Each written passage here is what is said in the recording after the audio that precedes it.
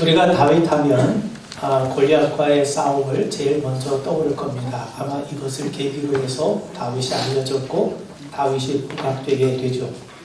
자, 여러분, 골리앗은 좀 과장되긴 하지만 키가 6규빗이나 되는 장신이었습니다.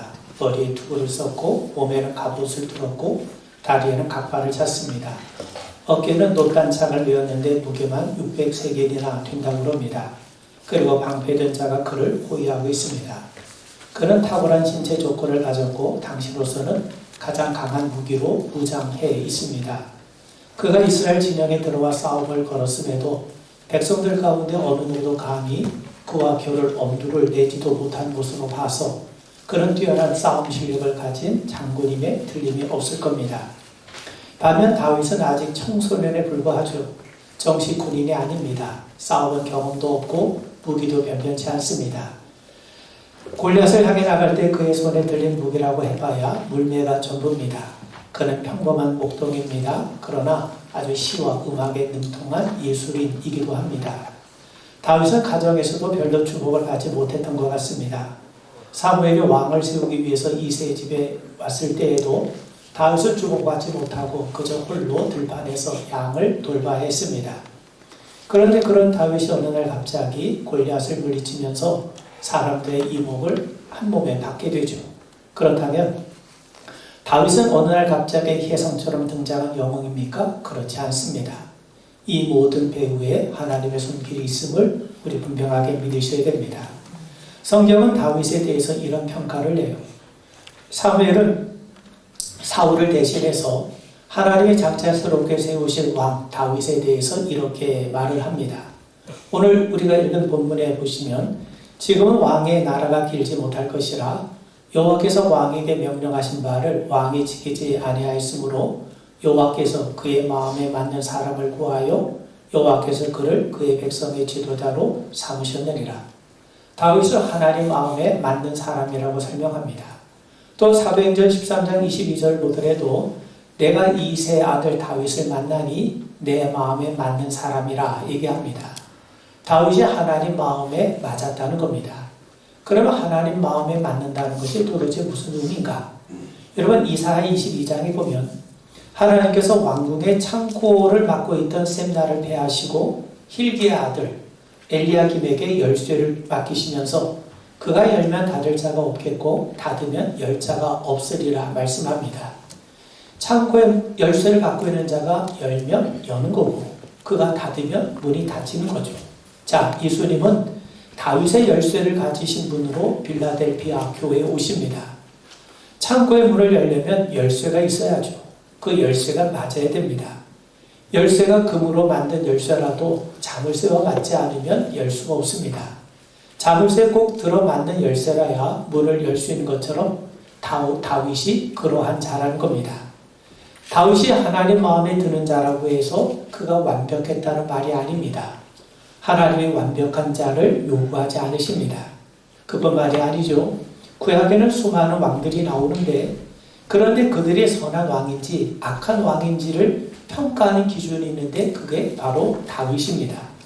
얼마나 많은 업적을 남겼느냐가 아니라 그들이 다윗의 길을 따랐느냐 따르지 않았느냐 이것이 왕을 평가하는 기준이 됩니다. 하나님이 솔로몬에게 말씀하시죠. 네가 만일 내 앞에서 행하기를 네 아버지 다윗이 행한 것과 같이 하여 내가 네게 명령한 모든 것을 행하면 하나님이 네 나라의 왕위를 견고하게 하시겠다는 겁니다. 하나님은 솔로몬이 다윗의 길을 걸을 것을 당부하셨던 거죠. 또 아하스 왕을 평가할 때에도 아하스가 왕에 오를 때 나이가 20세라 예루살렘에서 16년 동안 다스렸으나 그가 그의 조상 다윗과 같이 아니하여 여호와 보시기에 정직하게 행하지 아니하고 다윗과 같지 않으면 악한 왕으로 평가됩니다. 반면 히스기야와 요시야에 대해서 이렇게 평가하죠. 히스기야가 그의 조상 다윗의 모든 행실과 같이 여호와 보시기에 정직하게 행하여 또 여호와 보시기에 정직하게 행하여 그의 조상 다윗의 길로 걸으며 좌우로 치우치지 아니하고 여러분 다윗의 길을 걸은 왕은 선한 왕, 착한 왕으로 인정을 받고 다윗의 길을 걷지 않은 왕은 악한 왕으로 평가됩니다. 왕의 평가를 하는 기준이 다윗이에요. 그렇다면 다윗은 어떤 모습이었습니까? 하나님이 기뻐하신 모습은 과연 어떤 모습입니까? 좀 더 정확히 말하면 어떻게 하나님은 다윗을 하나님의 마음에 맞는 사람으로 만들어 가십니까? 여러분, 열쇠가 그냥 만들어지지 않죠. 주인이 그 열쇠를 자물쇠에 맞게 깎고 그러면서 열쇠가 만들어지는 것처럼 다윗이 하나님 마음에 맞는 사람이었기 때문에 쓰임받은 것이 아니라 하나님이 다윗을 하나님의 마음에 맞는 사람으로 만들어 가셨다는 겁니다. 첫 번째는요, 하나님의 때를 기다리게 하셨어요. 다윗이 사무엘에게 왕으로 기름 부음 받을 때는 아직 군인으로 징집되기 전이었기 때문에 10대 후반이었을 겁니다. 반면 그가 실제로 유다의 왕이 된 때는 그의 나이가 30세가 넘어서였습니다. 하나님의 기름 부음을 받고 실제로 왕이 될 때까지 다윗은 10수년 동안 참고 기다려야 했던 겁니다. 그런데 그 기간이 결코 평탄치 않았습니다. 어느 날 다윗이 전쟁을 마치고 돌아왔을 때 여인들이 사울은 천천히요, 다윗은 만만이라 이렇게 노래를 부르죠. 여인들의 노랫소리가 사울에게 들리면서 사울과 다윗 사이에 그때부터 쫓고 쫓기는 숨바꼭질이 시작이 됩니다. 다윗이 백성들의 인기를 끌게 되자 사울은 다윗을 두려워하기 시작하여 그가 백성들의 인기를 등에 업고 자신의 왕권을 빼앗을지도 모른다는 불안감에 시달리게 되었던 겁니다. 사울은 자신의 권력 유지는 물론이러니와 왕권은 당연히 자기 아들 요나단에게 가야 정상이라고 여겼습니다. 그런데 백성들의 민심이 다윗에게 기울어지고 있습니다. 이것이 두려웠던 거죠. 그래서 다윗을 정적으로 여기고 삼천의 군사를 풀어서 이잡듯이 다윗을 제거하려 했던 겁니다. 그런데 생각해 보세요. 사울이 왕이 된 것은요, 그 사울의 능력 때문이 아니라 하나님이 그를 왕으로 선택해 주셨기 때문에 가능했던 것 아닙니까? 자신도 하나님의 선택으로 왕이 되었다면 자기 다음의 왕도 하나님의 선택으로 이루어진 것이 마땅하지 않겠습니까? 더욱이 하나님께서 선지자 사무엘을 통해서 다윗에게 기름을 부으셨다는 사실을 사울도 알고 있었을 겁니다. 그의 아들 요나단은 하나님께서 다윗에게 기름을 부으셔서 사울 다음으로 다윗을 왕으로 세우시려는 뜻을 알고 있었습니다. 그렇기 때문에 그는 왕자임에도 왕자의 신분에 연연하지 않고 왕의 자리를 탐하지 않고 다윗을 위한 마음을 가질 수 있었던 것 아니겠습니까? 그런데 사울은 그러지 못했습니다. 자신의 권력을 강화하고 왕권을 아들에게 물려주기 위해서는 우선적으로 눈의 가시처럼 등장한 다윗을 제거하는 일이 급선무였던 겁니다.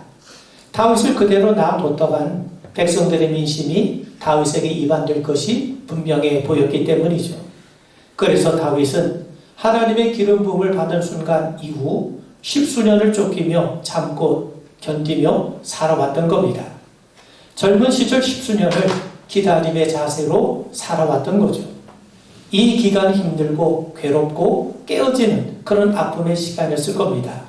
그러나 동시에 하나님의 약속을 기다리며 인내해온 시간이기도 합니다. 여러분, 예수님 말씀하시기를 하나님 일이 땅에 떨어져 죽지 아니하면 한 알 그대로 있고 죽으면 많은 열매를 맺는다고 말씀하세요.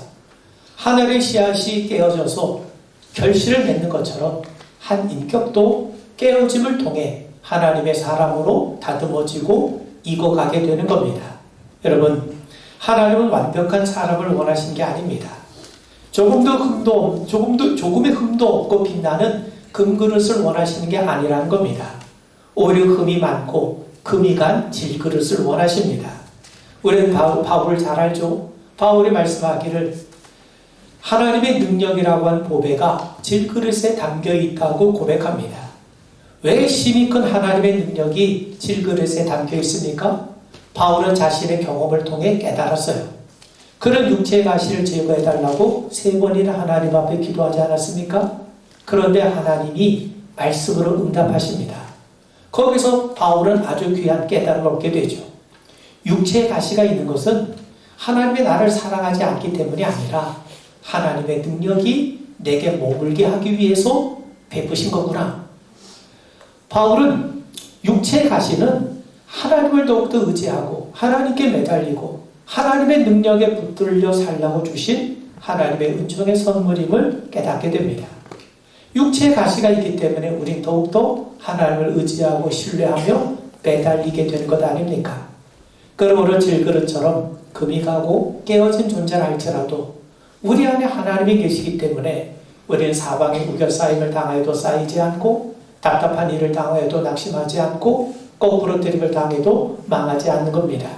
여러분, 하나님의 부르심이 없었다면 다윗은 굳이 사울에게 미움받을 일이 없습니다. 쫓겨다닐 이유가 없습니다. 그런데 하나님의 부르심으로 인해서 다윗은 깨어짐과 기다림의 순간을 맞이하게 되었던 거죠. 그리고 하나님은 그런 과정을 통해서 다윗을 깨뜨리시면서 하나님의 마음에 합한 자로 다듬어 빚어가셨던 겁니다.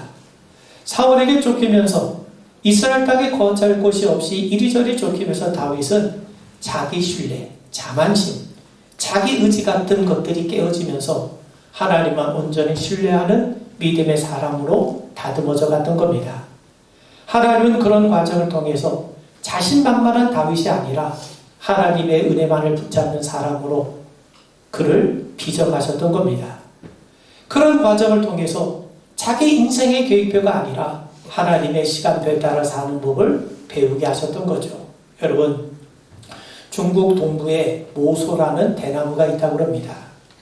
이 대나무는 4년 동안 물과 거름을 주지만 외형적으로 전혀 성장하지 않는다고 그래요. 그런데 이 기간 동안 대나무는 외형적으로는 아무런 변화가 없지만 땅속에서 아주 뿌리를 깊게 넓게 퍼뜨린다고 합니다. 그리고 5년째 되는 해에는 놀랍게도 하루에 한 자 이상씩 자라기 시작해서 6주 만에 크기가 28m, 굵기가 28cm까지 자라난다고 합니다. 그렇다면 여러분, 이 대나무는 5년 동안 자라난 겁니까? 아니면 6주 동안 자라난 겁니까? 정확히 말하면 5년 동안 자라난 거죠. 우리가 보지 못했을 뿐이지 외형적으로는 아무런 변화가 나타나지 않는다 할지라도 그 땅속에서 깊이 계속 뿌리를 내리고 있었다는 사실입니다. 여러분, 하나님의 때가 있습니다. 하나님께서 늘 우리와 함께 하시지만 우리의 삶에 구체적으로 개입하실 때가 있습니다. 하나님이 우리를 높이실 때가 있고 존귀하게 세우실 때가 있고 또 우리를 통해 하나님의 영광이 드러나게 하실 때가 있습니다. 하나님은 그때를 위해 우리를 계속해서 훈련시키시고 준비시켜 가시는 겁니다. 그러므로 하나님의 때, 하나님의 개입이 드러날 때까지 우리는 참고 견디고 기다릴 수 있어야 됩니다. 우리가 참고 기다리고 견디는 그 시간은 무의미한 시간이 아닙니다. 하나님의 때를 위한 훈련과 준비의 기간이라는 것을 기억하셔야 됩니다. 하나님은 이처럼 우리가 하나님의 시간대에 맞추는 훈련을 시켜가시고 계시는 겁니다. 여러분, 우리는 두 개의 시간대를 살고 있습니다. 하나님의 시간과 우리의 시간이죠. 하나님의 시간은 하루가 천년 같고 천년이 하루 같습니다. 이 말은 하나님의 때와 우리의 때가 다르다는 것 아니겠습니까? 그런데 하나님의 때와 우리의 때가 일치할 때가 와요. 그럴 때 역사가 일어나는 겁니다. 그때까지 잘 참고 견디고 인내하며 기다려야 됩니다. 그 과정에서 하나님 마음에 맞는 사람으로 우리가 빚어지는 겁니다. 여러분, 물론 우리가 하나님의 때를 기다리는 것이 쉽지 않아요. 그래서 바울은 우리에게 이렇게 권면하는 겁니다. 갈라디아서 6장 9절에 보면 우리가 선을 행하되 낙심하지 말지니 포기하지 아니하면 때가 이름에 거두리라. 농부는 씨를 뿌린 다음에 바로 싹이 나지 않는다고 포기하지 않습니다. 땀을 흘리고 묵묵히 기다리다 보면 반드시 결실하게 됩니다. 하나님의 때가 속히 우리 가운데 임하게 되는 것을 우리 분명하게 체험하게 될 줄 믿습니다. 아멘. 두 번째는요, 믿음은 사랑이에요. 믿음과 사랑은 분리될 수 없습니다. 하나님을 믿는다는 것, 하나님을 사랑하는 겁니다. 믿음은 단지 하나님이 계시고 하나님이 그리스도 예수를 통해서 우리를 구원하시고 하나님이 우리 아버지가 되시고 천국이 있음을 지적하는 단지 믿고 동의하는 것만이 아닙니다. 하나님을 믿는다는 것은 곧 하나님을 사랑하는 겁니다. 한 율법사가 예수님을 시험하죠. 율법 중에서 어느 계명이 가장 큰지를 묻습니다. 그때 예수님 말씀하시기를 마음을 다해 목숨과 뜻을 다해 하나님을 사랑하는 것이 크고 첫째 되는 계명이라고 말씀하세요. 두 번째도 그와 같은데 이웃을 내 자신과 같이 사랑하라는 겁니다. 하나님을 믿는다는 것은 곧 그분을 사랑하는 것이고 그 사랑이 흘러넘쳐 우리 이웃에게까지 흘러넘치게 하는 것 아니겠습니까? 여러분, 앞서 말씀드린 것처럼 우리가 다윗하면 제일 먼저 떠올리는 사건이 바로 골리앗과의 싸움일 겁니다. 다윗이 골리앗과 싸움에 나선 이유가 있어요. 사무엘상 17장 45절에 보면 다윗이 블레셋 사람에게 이르되 너는 칼과 창과 단창으로 내게 나아오거니와 나는 만군의 여호와의 이름 곧 네가 모욕하는 이스라엘 군대의 하나님의 이름으로 네게 나아가노라. 모든 백성들이 골리앗 앞에서 두려워 떨고 있어요. 어느 누구도 맞설 생각조차 하고 있지 못합니다. 그래서 사울 왕은 골리앗과 싸워 이기는 자에게 자기의 딸을 주어서 사위로 삼겠다고 하는 파격적인 조건을 내세우게 되죠. 그런데도 어느 누구 하나 나서질 못합니다. 그때 다윗이 용감하게 나섭니다. 여러분, 다윗이 나선 이유는 왕의 사위가 되기 위함이 아닙니다. 그는 골리앗이 만군의 하나님 여호와의 이름을 모욕하는 것을 참을 수가 없었던 겁니다. 여러분, 옛날 고대 시대의 전쟁은요, 신들의 전쟁이었어요. 백성들이 나가 싸운 것 같지만 실은 신들의 전쟁으로 여겼습니다.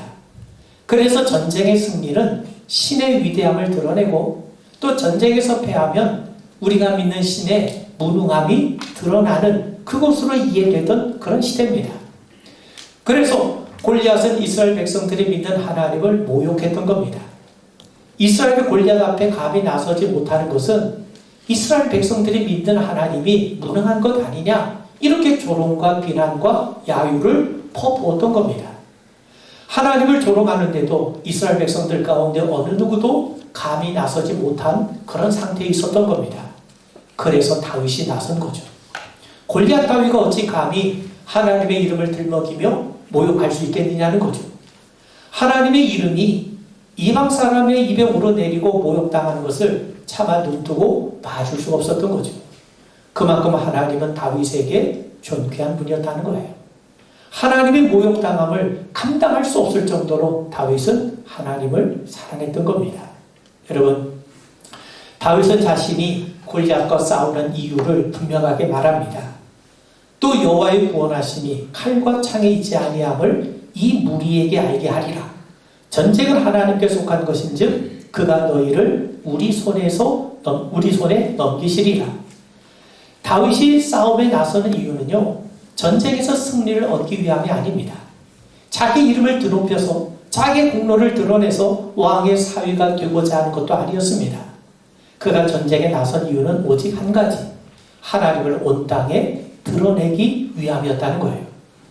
이스라엘 백성들에게는요, 그들이 얼마나 두려워 떨고 있습니까? 그들에게 전쟁은 하나님께 속한 것이고 우리가 수적으로 열세라 할지라도 하나님이 함께 하시면 이길 수 있음을 알려주기 위해서, 그걸 알리기 위해서 그는 전쟁에 나선 겁니다.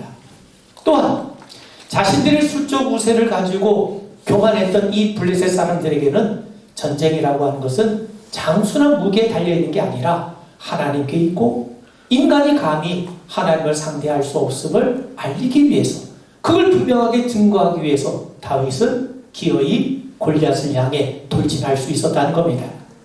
하나님을 사랑하는 마음이 있기 때문에 다윗은 골리앗을 향해 돌진했어요. 하나님을 사랑하는 마음으로 행한 일이기 때문에 하나님께서 그와 함께 하십니다. 하나님의 함께 하심이 확실하게 드러나는 사건이 될 수가 있었던 겁니다. 여러분, 우리가 무슨 일을 하든지 그 어떤 일이든 우리가 하나님을 사랑하는 마음으로 행하면 그것이 하나님의 일이 되는 겁니다. 부활하신 예수님이 베드로에게 말씀하시죠. 네가 나를 사랑하느냐? 베드로가 예수에 대한 사랑을 고백하자 내 양을 먹이라고 말씀하세요. 무슨 말입니까? 내 양을 먹이라. 사역을 먼저 말씀하신 것이 아니라 네가 나를 사랑하느냐? 예수님에 대한 사랑을 확인하시고 난 다음에 비로소 예수를 위한 일에 그 사역의 베드로를 참여하게 하신 겁니다. 여러분, 예수님을 향한 사역의 근본 동기는 주님을 향한 사랑이 되어야 됩니다. 우리가 얼마나 융통성 있게 일하고 얼마나 창의적으로 일하느냐, 그게 중요한 게 아니죠. 하나님을 사랑하는 마음으로 행하는 모든 일을 하나님께서 당신의 일로 기뻐 받으심을 우리 분명하게 믿게 되길 바랍니다. 아멘. 마지막으로요, 하나님께서 다윗을 왕으로 기름 부으셨죠. 근데 다윗은 쫓김을 당합니다. 사울은 집요하게 다윗을 추적했는데, 그런데 상황이 역전이 돼서 다윗이 사울을 죽일 절호의 기회를 2번이나 갖게 됩니다. 사무엘상 24장에 보면 사울이 용변을 보기 위해서 다윗이 숨어있는 굴에 들어온 사건이 발생하게 되죠. 다윗의 부하들은 지금이야말로 하나님께서 다윗에게 원수를 넘겨주는 날이라고 확신을 합니다. 사울이 홀로 다윗이 있는 굴에 들어왔으니 사울을 제거하고 왕으로 등극하라는 겁니다. 다윗이야말로 하나님으로부터 왕으로 기름 부음까지 받지 않았습니까? 하나님께서 우리에게 사울을 제거할 수 있는 기회를 주었다고 지금 다윗을 설득하고 있는 거죠. 여러분, 우리는 대개 우리에게 유리한 쪽으로, 우리에게 좋은 쪽으로 하나님의 뜻이나 응답을 곡해하려는 경향이 있습니다. 이런 때일수록 우리는 분별해야 됩니다. 내가 처한 상황을 보고 이게 하나님의 뜻이다 판단할 것이 아니라 하나님의 뜻에 따라 현실을 분별하고 판단할 수 있어야 됩니다. 부하들의 기대와는 달리 다윗은 사울의 옷자락만 살짝 빼요. 그러고도 자기 마음이 찔렸다고 고백합니다. 왜 그렇습니까? 사울도 하나님께서 기름 부으셔서 세우신 왕 아닙니까? 그런데 그런 왕을 치는 것은 하나님의 뜻이 아니라는 거죠. 다윗은 순전했어요. 하나님의 주권을 인정했어요. 원수를 갚는 것조차도 하나님 앞에 온전히 맡겼습니다. 다윗의 부하들은 자신들이 처한 상황에서 하나님의 뜻을 찾으려고 했던 반면 다윗은 하나님의 뜻으로 자신의 현실을 판단했다는 겁니다. 여러분, 다윗이 사울로부터 부당하게 고통을 받고 있는 상황에서 사울을 제거할 기회가 주어졌다면 이는 필시 사울을 제거하고 왕이 되라고 하는 하나님의 뜻이 아니겠는가? 다윗의 부하들은 이처럼 자신들이 처한 여건, 자신들이 처한 상황을 근거해서 하나님의 뜻을 판단했어요. 반면 다윗은 반대로 행합니다. 하나님의 뜻에 따라서 자신이 처한 상황을 판단하죠. 여러분, 다윗이 사울을 제거하지 않는 이유는 왕을 죽였다는 비난이나 두려움 때문이 아닙니다. 사울을 왕으로 세우신 분이 누굽니까? 하나님이시기 때문에 그래요. 다윗은 하나님의 뜻을 먼저 떠올리게 되었던 겁니다. 여러분 생각해 보세요. 사울을 왕으로 세우신 분은 누굽니까? 하나님이에요. 사울이 그럴 만한 자격이 있어서 왕으로 세우신 것이 아닙니다. 다윗도 마찬가지입니다.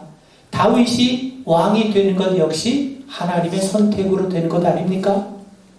다윗에게도 왕이 될 만한 자격이 있는 것이 아닙니다.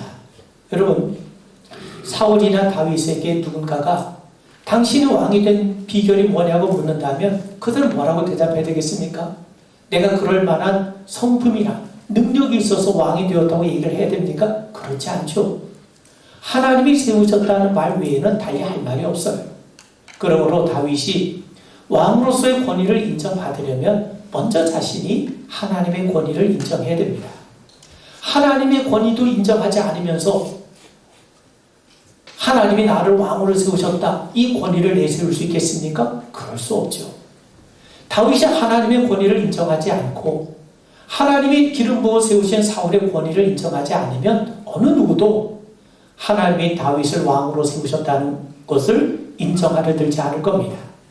그래서 다윗은 사울을 제거할 수 없었고 제거하려 해서도 안 되는 겁니다. 여러분, 하나님께서 다윗의 처한 상황을 모르십니까? 사울의 상태를 모르십니까? 그렇지 않아요. 그런데도 하나님이 사울을 패하지 않으셨어요. 왕으로 세우시고 패하시는 것은 하나님이 하실 일이지 다윗이 할 일이 아니지 않습니까? 다윗이 하나님의 기름 부음을 받았더라도 하나님이 사울을 허락하신 순간까지 하나님을 따라야 마땅합니다. 이것이 하나님을 믿는 순전한 모습 아니겠습니까? 여러분, 우리가 하나님을 믿는다는 것은 하나님의 주권을 믿는 것이요, 그분의 선하심과 그분의 오르심을 믿는 것 아니겠습니까? 하나님이 목동이었던 다윗에게 기름을 부으셨다면 그가 왕으로 등극할 시기와 때, 장소, 방법까지 하나님이 정하실 겁니다. 하나님이 더 잘 알고 계세요. 이걸 믿고 받아들이는 게 믿음 아니겠습니까? 그러므로 다윗의 탁월한 점은 조급하지 않았고 하나님의 때를 기다리며 순전하게 하나님께 순종했다는 겁니다. 하나님은 그런 다윗을 기뻐하셨어요. 그의 허물에도 불구하고 그런 일련의 과정을 통해서 그를 하나님 마음에 맞는 자로 다듬어 가시고 삼으시고 인도하셨던 겁니다. 여러분, 잘 참고 인내하고 견디십시오. 아무것도 드러나는 것 같지 않지만 모소 대나무, 겉으로 외형적으로 자라나는 건 없지만 땅속으로 깊이 뿌리를 내리게 되는 것처럼 하나님께서 여러분들을 더 하나님의 사람으로 다듬어 가시는 과정입니다. 무슨 일을 하든지 주님을 사랑하는 마음으로 순종하십시오. 하나님이 함께 하십니다. 그리고 무엇보다 모든 일의 주권자가 하나님이심을 인정하십시오. 하나님의 사람으로, 하나님의 마음에 맞는 사람으로 여러분들 다듬어 가시는 하나님의 손길을 우리 분명하게 보게 되고 체험하게 될 줄 믿습니다. 아멘.